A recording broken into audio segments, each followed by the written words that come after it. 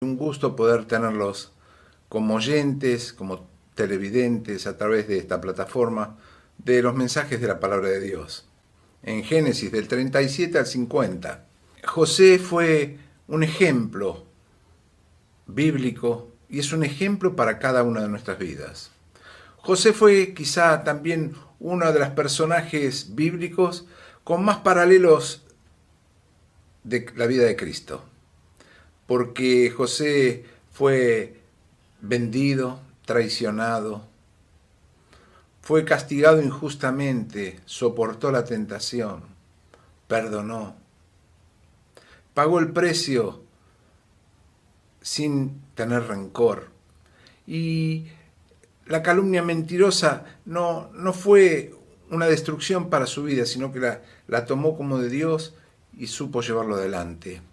Fue vendido por sus hermanos por 20 piezas de plata, el Señor fue vendido por 30. Muchas similitudes, muchos paralelismos en la vida de José y la de nuestro Señor. Y yo quisiera terminar hoy el estudio de José cuando José, después que su padre y sus hermanos vienen y él les da junto con Faraón la tierra de Egipto, de Gosén, que era una tierra que era apta, era una tierra muy fértil para tener ganado, para criar, y donde no se mezclaban las actividades de los egipcios con los israelitas porque ellos eran separatistas, no se podían juntar con ellos, comían en mesas separadas, había una separación entre una realidad y otra, una nación y otra.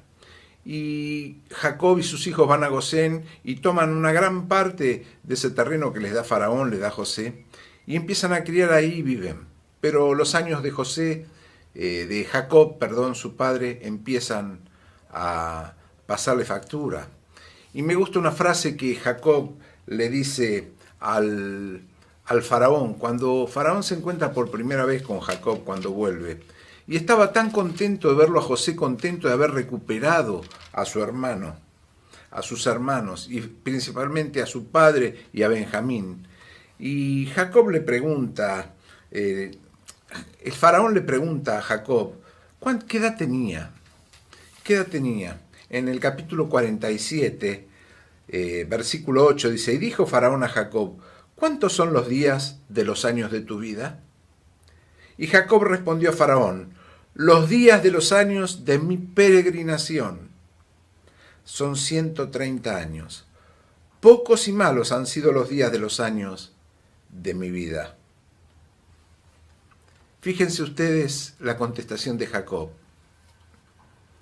130 años, los años de mi peregrinación.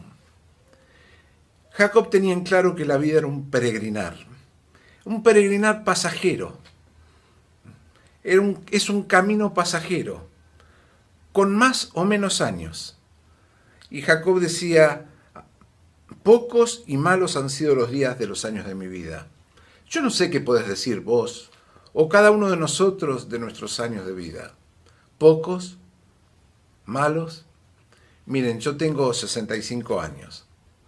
Me acuerdo que cuando era joven, venía una persona de 65 y decía, ¡qué viejo! Ya está más cerca del arpa que de la guitarra. Y yo me veo ahora con 65 y digo, no, soy un tipo joven, ¿cómo voy a ser viejo? ¿Cómo cambia la sensación, la vista según la edad? Y Jacob decía, pocos y malos han sido los años, 130, los años de mi peregrinación. Tenían claro que esta vida es un camino pasajero hacia lo eterno. Tenían claro que Dios tenía esta vida como un intermedio antes de la vida eterna, antes de estar en su presencia. Y Jacob, al poco tiempo después, ya se sentía que estaba por morir y empieza a dar la bendición a sus hijos. Y empieza a dar la bendición a cada uno de la que iban a ser las 12 tribus de Israel. Fíjense ustedes lo que pasa con las tribus de Israel.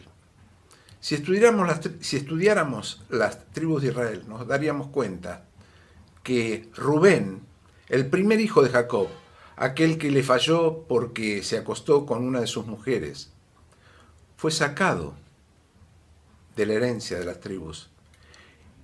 Y José tampoco está. Pero en su lugar fueron puestos los hijos de José, Efraín y Manasés, los que le nacieron en Egipto. Efraín y Manasés forman parte de las tribus de Israel. Rubén y José no están, pero sí están los otros 10, Efraín y Manasés. Y cuando Jacob, ya a punto de morir, empieza a dar la bendición a cada uno de sus hijos, quisiera ver la bendición que le da José. Y esto se encuentra en el capítulo 49, versículo 22. Jacob dice así, 49 de Génesis, versículo 22. Rama fructífera es José. Rama fructífera junto a una fuente, cuyos vástagos se extienden sobre el muro. Le causaron amargura, le asaetearon, le aborrecieron los arqueros, mas su arco se mantuvo poderoso, y los brazos de sus manos se fortalecieron por las manos de fuerte de Jacob, por el nombre del pastor, la roca de Israel. Fíjense, rama fructífera es José, dice Jacob. Y José fue una rama fructífera, ¿por qué? Porque tomó decisiones que marcaron su vida. Y en primer lugar, tomó la decisión de estar firme en su castidad. No se dio ante el pecado, ante el pedido de la esposa de Potifar. No se dio, se mantuvo firme, porque sabía que a Dios no le agradaba, que era pecado. Y una de las causas por lo que fue rama fructífera fue porque se mantuvo firme en sus convicciones en lo que Dios quería para su vida. Y es necesario que usted y yo nos mantengamos firmes en lo que Dios quiere para nosotros. En nuestra castidad, en nuestro matrimonio, en nuestra soltería, en nuestra viudez, sino que nos mantengamos firmes como lo fue José. José pagó un alto precio por mantenerse firme. Fue a la cárcel. Fue a la cárcel. Cualquiera de nosotros seguramente hubiera cedido ante esa tentación y hubiera tratado de pasar desapercibido, aunque después hubiera sido la muerte, porque si Potifar se enteraba, seguramente la muerte iba a ser el resultado. Pero José se mantuvo firme en su vida de castidad, como a Dios le agradaba. Pero no solo se mantuvo firme en su vida de castidad, se mantuvo firme en su vida de fe. Todo sabía que era mano de Dios. Cuando él adivinaba los sueños de el copero y el panadero en la cárcel, le dice, Dios me ha de dar la interpretación. Cuando el faraón lo llama para saber qué era lo de las espigas que se comían las flacas a las gordas, las vacas que se comían las flacas a las gordas, dice, esto que te turba, Dios me ha de dar su interpretación. Siempre dio el primer lugar a Dios. Se mantuvo firme en su fe. Se mantuvo firme en su creencia, sabiendo que Dios quería lo mejor para él, aunque la prueba que estaba pasando era terrible. ¿Quién no hubiera decaído en su fe si primero sus hermanos lo venden como esclavo? Pierde toda la comunión con su familia, toda la comunicación. Lo mandan a un país extraño, con otro idioma, esclavo. De ser el hijo preferido pasa a ser esclavo. De ser esclavo empieza a ascender en la casa de Potifar, la mujer lo incita a cometer pecado sexual y él no quiere. Se queda la mujer con la ropa y lo acusa a la cárcel. Y esos 13 años que pasó José, hasta cumplir 30, de los 17 a los 30, fueron una prueba tras otra a su fe. Pero él se mantuvo firme, como dijo su padre. Fíjense que dice, rama fructífera es José, cuyos vástagos se extienden sobre el muro. Le causaron amargura, lo asaetearon, le tiraron con flechas, lo molestaron, lo probaron sin necesidad. Ustedes saben que, lo han visto quizá en alguna película, las flechas eran un sistema de defensa muy bueno para los ejércitos, porque se ponían con las flechas a una distancia que no llegaba una piedra ni ningún otro elemento, no estaban los rifles ni los revólveres en esa época, y las flechas volaban por el aire y caían. y herían de muerte a muchísimos soldados enemigos. Y Jacob compara esto con las flechas que recibía su hijo José en su vida. Sí, lo asaetearon, dice, tiraron flechas por arriba, trataron de matarlo, dice, pero su arco se mantuvo firme. Él estuvo con el poderoso arco, con el escudo poderoso de Dios. Y eso es lo que nos da el secreto de la firmeza de José. Empleó en su tiempo, era un siervo de Dios, confió en Dios y sabía que Dios iba a tener lo mejor para él, aunque él no lo entendiera. Miren, cuántas veces hemos renegado del programa de Dios para nuestra vida y después de pasado un tiempo nos damos cuenta por qué Dios permitió ciertas cosas, ciertas pruebas. Miren, nosotros no tenemos los ojos de Dios ni los programas de Dios. Yo decía la otra vez, como dice Isaías el profeta, Dios dice, mis caminos no son los caminos de ustedes. Mis pensamientos no son los pensamientos de ustedes. Mis pensamientos son mucho más altos, como los cielos son mis pensamientos y mis caminos. No traten de entenderlos, pero sí debemos mantenernos firmes en nuestra fe y fervientes en nuestro espíritu.